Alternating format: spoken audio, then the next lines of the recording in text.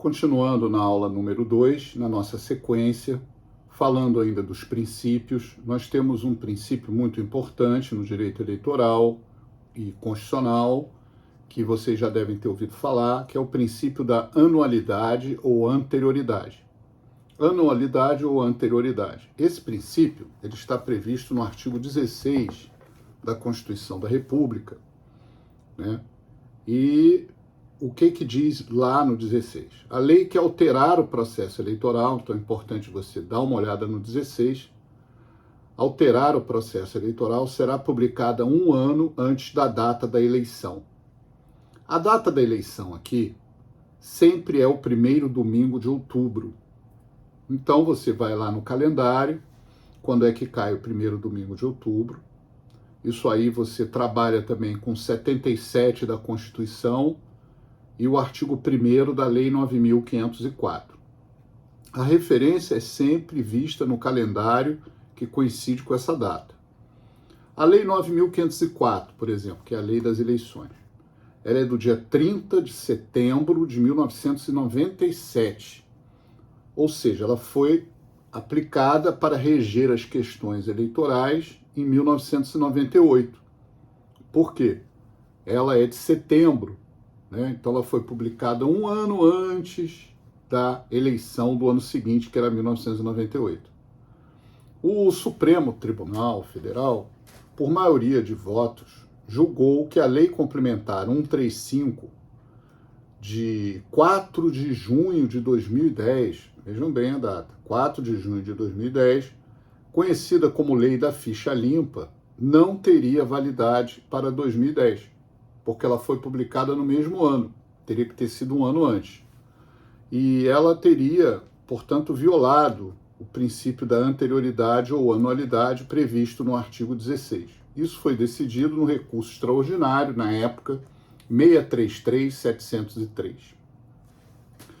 Agora, o que é importante aqui é que você tem que se mirar na palavra processo eleitoral, né? Processo eleitoral. O que significa isso? Primeiramente, não significa que seja processo em que atos formalmente são praticados dentro de um procedimento. Não se trata aqui de um processo instrumental, de um processo civil, processo penal. Processo aqui está no sinônimo de etapas, subfases.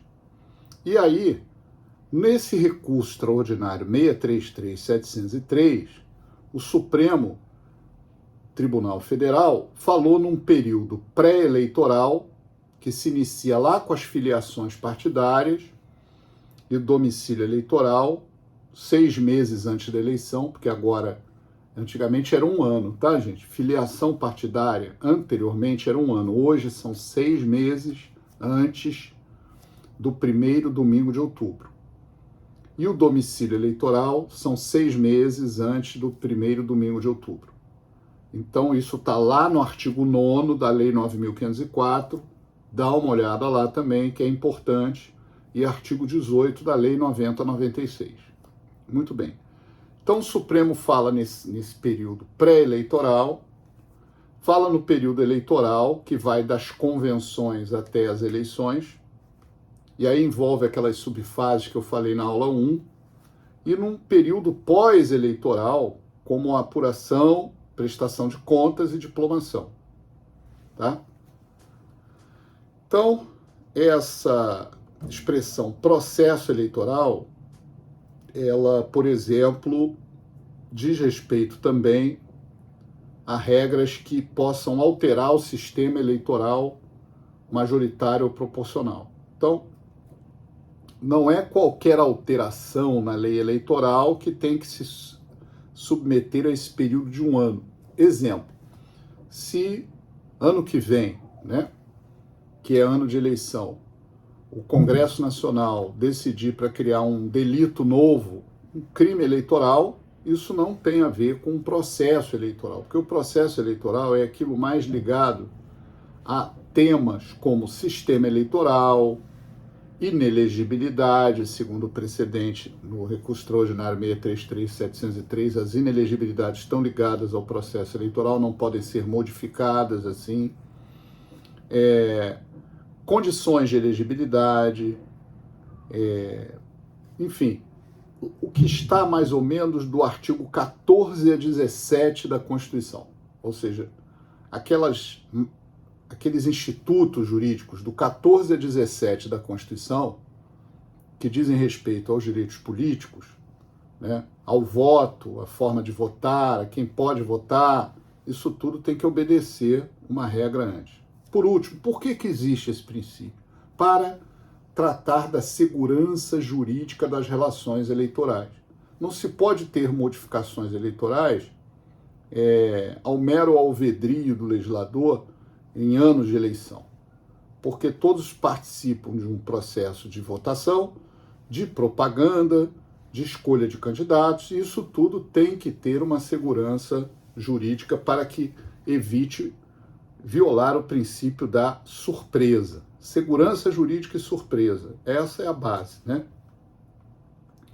Bem, nós temos também a responsabilidade solidária entre candidatos e partidos. Isso destaca-se aqui o artigo 6º, parágrafo 5º e 38 da Lei 9.504, que diz o seguinte: a responsabilidade pelo pagamento de multas decorrentes de propaganda eleitoral é solidária entre candidatos e respectivos partidos, não alcançando outros partidos, mesmo quando integrantes da mesma coligação, independente da obtenção de licença, aqui já é outra coisa.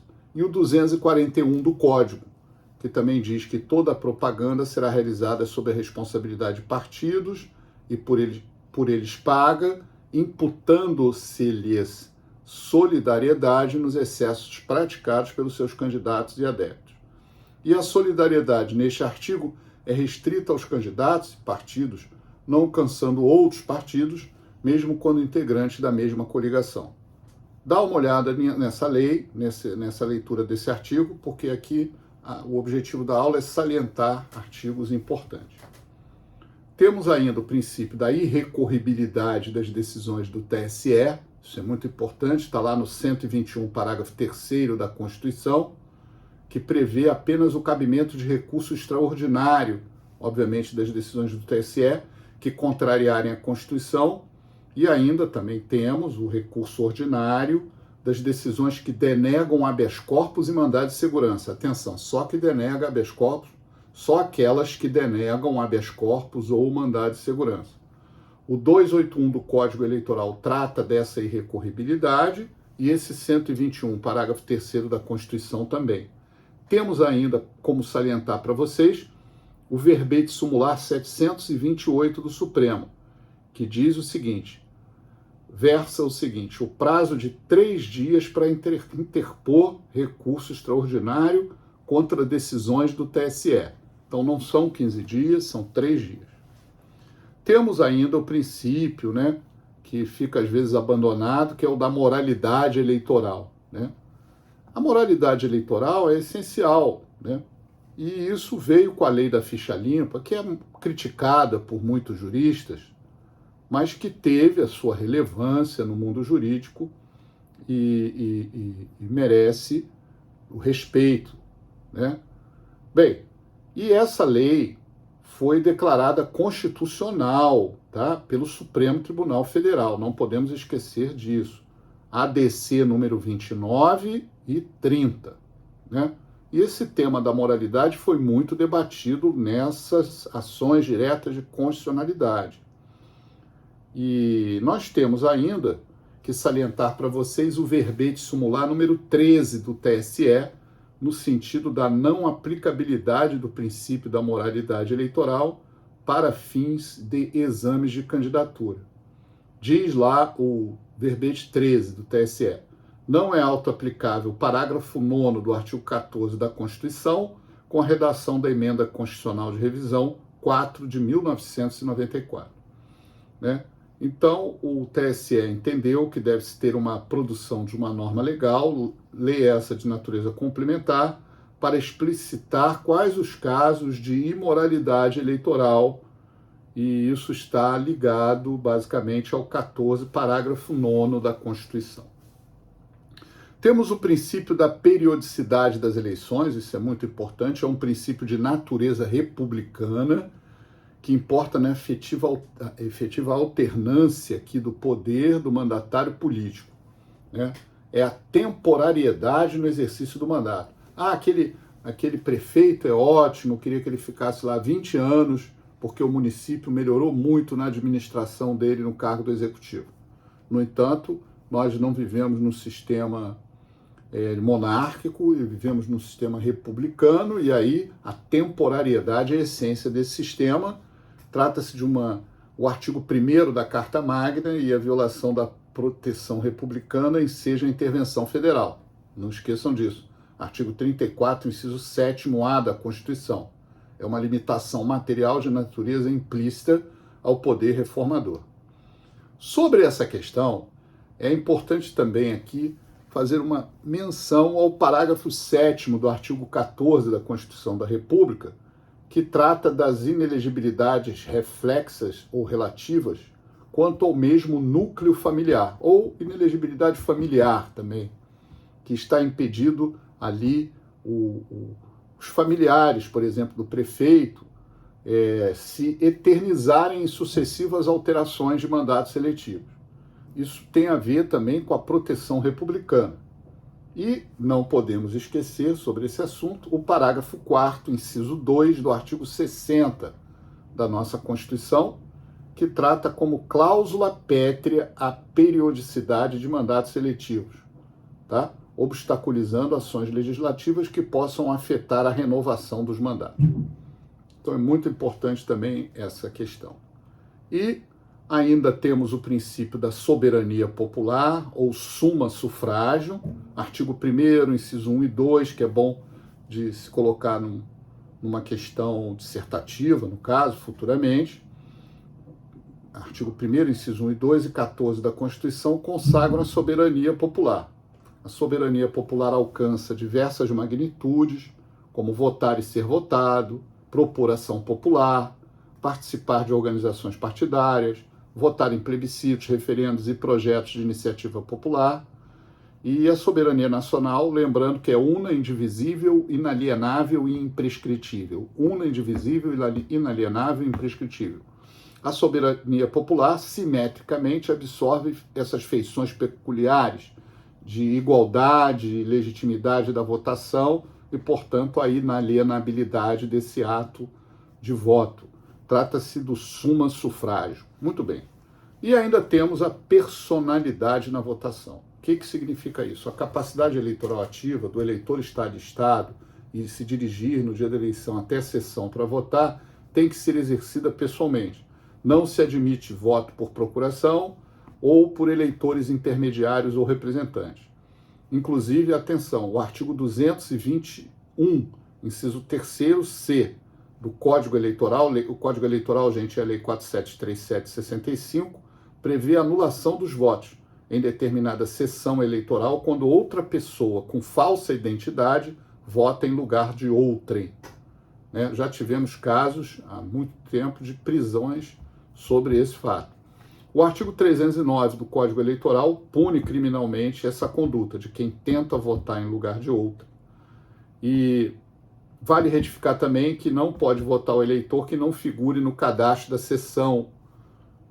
O 147, parágrafo 1º do Código, prevê a impugnação à identidade do eleitor, que já falamos na aula anterior. Por outro lado, consagra também a eleição à votação biométrica. Muito bem, pessoal. Vocês estão vendo as informações importantes. Vamos falar agora do poder regulamentar da Justiça Eleitoral. Não esqueçam disso.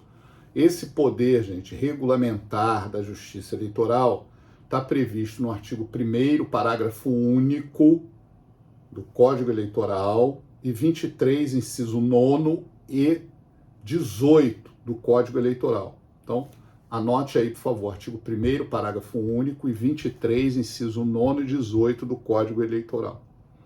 E nas respectivas leis específicas que disciplinam as eleições. Por exemplo, artigo 105 da Lei 9.504, que também prevê o poder regulamentar. Outra questão, essas normas eleitorais, elas são de competência do TSE. O TSE produz normas nacionais, vale para todo o país, para todas as eleições, para todas as eleições. Os TREs também expedem resoluções. Os tribunais regionais eleitorais também expedem resoluções. Atenção, gente, nós temos 27 TREs. Nós temos TRE em todos os estados e no Distrito Federal.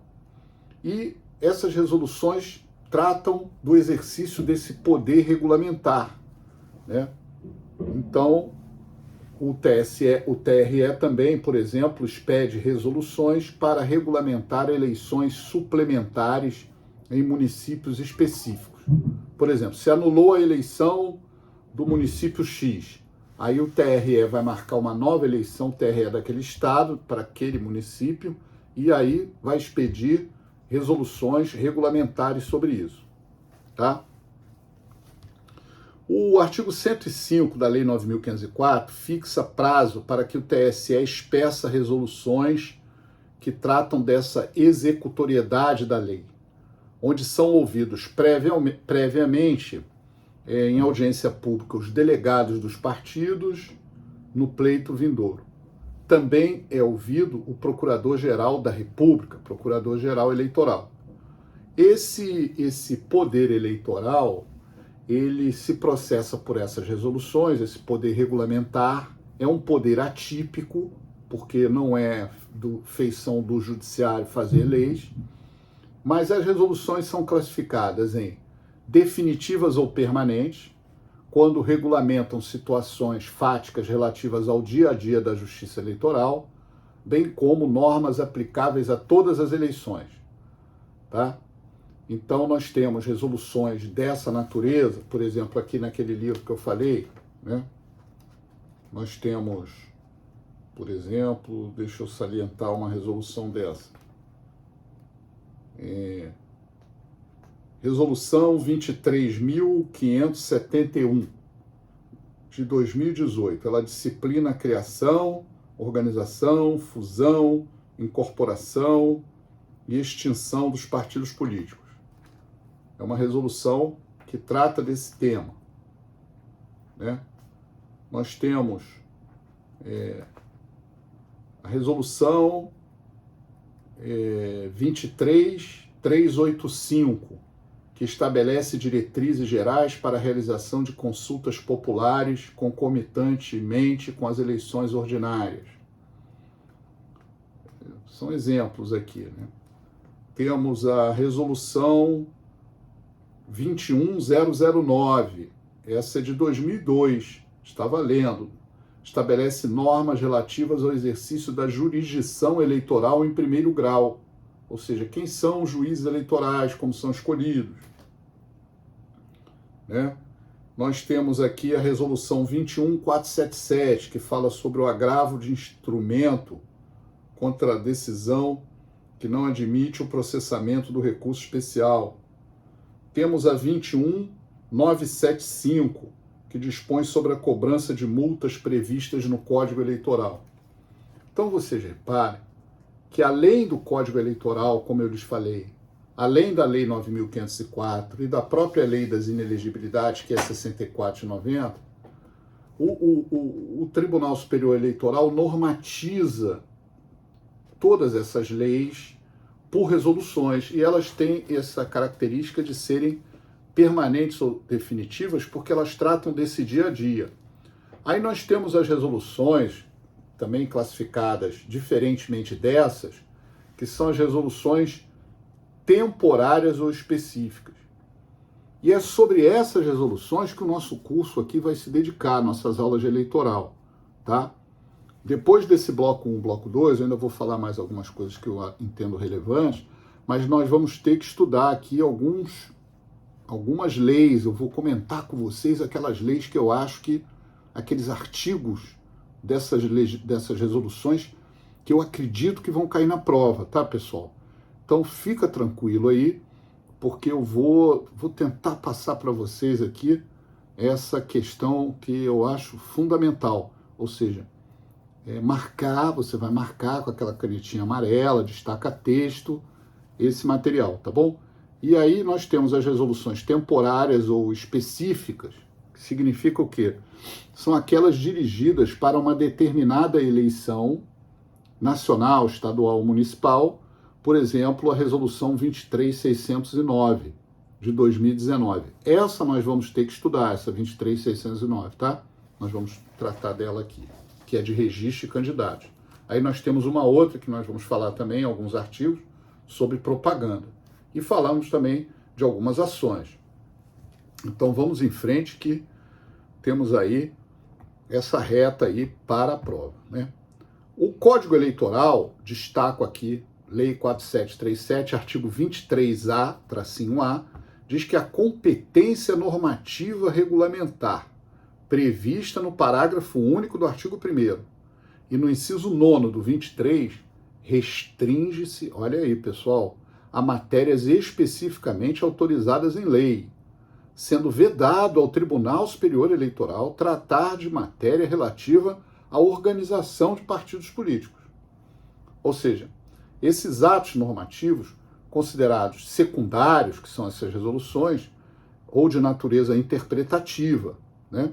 Nesta hipótese, se tiver uma desconformidade entre a lei ordinária e a resolução, né, estaremos diante de uma ilegalidade, que não é controlável por ação direta de inconstitucionalidade, né? Todavia, quando a resolução pode ser vista como um ato normativo autônomo, isso às vezes acontece, a feição é de uma verdadeira lei, ou seja, o TSE não acontece com frequência, mas eventualmente pode ocorrer um questionamento em que algum artigo de uma resolução do TSE eventualmente invadiu a verdadeira lei, né? O poder do poder legislativo. E aí nós podemos vislumbrar, por exemplo, uma violação ao princípio da anualidade, porque não respeitou aquele um ano antes, bem como a consagração na violação do princípio da esfera do legislador, ou seja, aqui nós temos uma violação ao artigo 22 e 48 da Constituição, que tratam do poder do Congresso Nacional fazer as leis. E aí, nesse último caso, é possível o controle da constitucionalidade em ação direta de inconstitucionalidade em face do texto da resolução. Então, já tivemos precedentes sobre isso. Neste sentido, ADINS 2626 e 2628, Distrito Federal. O Supremo já examinou, inclusive, essa questão na ação direta de inconstitucionalidade em face das resoluções 21702, 21803 do TSE. Então, o Supremo foi lá, provocado por uma ação direta de inconstitucionalidade, e lá ele decidiu que essas resoluções 21702, lá de 2004, e 21803, lá de 2004, que disciplinavam o número de vereadores em Câmara Municipal em relação à proporcionalidade defluente do número de habitantes, e tivemos ali o famoso caso Mira Estrela, né, emblemático, e que repercutiu dali na jurisprudência subsequente do Tribunal Superior Eleitoral, ADI 3345, 3365. O Supremo decidiu também, já em outros casos, essa questão. Então, tivemos também um outro aqui que eu saliento. O Supremo decidiu sobre a inconstitucionalidade do artigo 8º da Resolução 23396 de 2013. Outro caso também emblemático que tratava da apuração de crimes eleitorais. Quer dizer que o juiz é que podia instaurar inquérito, quando, na verdade, nós sabemos que a polícia e o Ministério Público têm esse poder constitucional. Então, as resoluções são regras legais que devem ser aplicadas pelos juízes em todos os graus da justiça eleitoral. Juiz eleitoral na zona eleitoral, juízes eleitorais nos tribunais regionais eleitorais e ministros no Tribunal Superior Eleitoral. Agora vamos falar um pouco sobre as consultas. Ora, pessoal, existe um instituto muito importante do direito eleitoral, que são as consultas eleitorais. São perguntas formuladas por partidos políticos e por pessoas legitimadas. Então vamos falar um pouco sobre isso. As consultas estão previstas, olha lá, artigo 23, inciso 12 e 30, inciso 8º do Código Eleitoral. O consulente pode indagar sobre matéria eleitoral, inclusive atinente às questões de plebiscito e referendo. Premissas básicas que eu coloquei aqui no meu livro, que eu estou lendo esse meu material aqui, do meu livro e na aula, né? Então eu coloquei lá algumas premissas básicas, né? Não podem suprimir instâncias, e essas premissas realmente já são decididas pelo próprio TSE. Uma consulta não pode suprimir uma instância. Elas não geram respostas de efeitos concretos de um caso. Eu queria perguntar como o tribunal vai decidir esse meu caso assim assado. Isso não pode. Elas traduzem uma recomendação, são atos normativos em tese, são efetivadas em sessões administrativas dos tribunais, não é uma sessão contenciosa, porque o tribunal divide a sua sessão na parte administrativa e contenciosa, não fazem coisa julgada material, e apenas os legitimados é que podem ingressar. E os legitimados estão lá no 23.12 e 30.8º. Essas respostas não vinculam juízes, não está trancada a via dos recursos para reexame da matéria pelo próprio tribunal, mas a resposta demonstra, inegavelmente, antecipadamente, a posição normativa sobre um tema. Tá? Muito bem.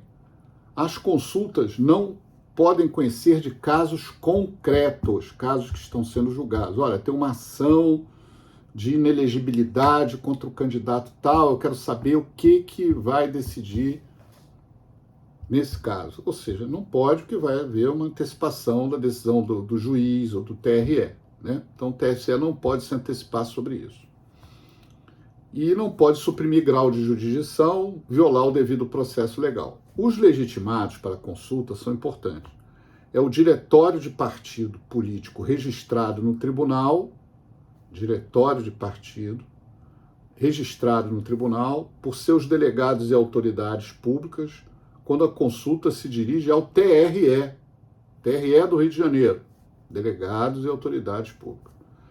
Sendo ao TSE, a consulta, se você for perguntar ao TSE, que é o máximo, só é possível se for autoridade com jurisdição federal, e aí teria que ser um deputado federal, um senador, o próprio presidente da República, ou um órgão nacional do partido político, não pode ser um órgão estadual ou municipal. E detalhe, olha a questão aí que pode cair na múltipla escolha. Os juízes não têm competência, juízes eleitorais lá da zona eleitoral não têm competência para responder sobre consulta. Né? E, todavia, são partes legítimas para formular as consultas também o Ministério Público Estadual, incluindo os promotores eleitorais, os procuradores de justiça, o próprio Procurador-Geral de Justiça pode formular uma consulta. Não é comum que isso aconteça, mas é só por didática aqui da matéria. Né? Quem geralmente pode formular uma consulta no TRE são autoridades estaduais e no TSE, autoridades com jurisdição federal. Então, um promotor, um juiz de direito não pode formular uma consulta no TSE, porque ele não é uma autoridade federal. Já o Procurador-Geral da República, Procurador-Geral Eleitoral, pode formular uma consulta no TSE. Tá? Então, no TSE atua o Procurador-Geral Eleitoral, sendo o chefe do Ministério Público Eleitoral, é legitimado para formular consultas eleitorais. Nos tribunais regionais eleitorais, essa atribuição desloca-se para o Procurador Regional Eleitoral, membro do MP Federal, e os promotores eleitorais não podem formular consultas aos juízes eleitorais, mas somente ao TRE. Consulta, tema, complexidade, multiplicidade, conhecimento, impossibilidade. O TSE não pode adiantar, estou lendo aqui uma decisão na ementa, seu entendimento acerca de questões eleitorais complexas e, ao mesmo tempo, cercadas de peculiaridades. A atribuição legal do inciso 12 do 23 do Código deve ser exercida com cautela, de modo a não gerar dúvidas ou desigualdades no momento da aplicação ao caso concreto. Tá? A consulta, embora não seja equiparada às súmulas vinculantes, na prática forense eleitoral, são acatadas pelos TREs e juízes. Ressaltando-se que o TSE editou o verbete sumular 35. Então vamos falar disso para encerrar o tema aqui da aula de hoje. Não é cabível verbete sumular 35. Reclamação para arguir o descumprimento de resposta à consulta. Não é cabível reclamação ou de ato normativo do Tribunal Superior Eleitoral. Pessoal, com isso nós encerramos o nosso bloco aqui da aula 2 e vamos continuar nos nossos estudos com o direito eleitoral. Até a próxima continuidade.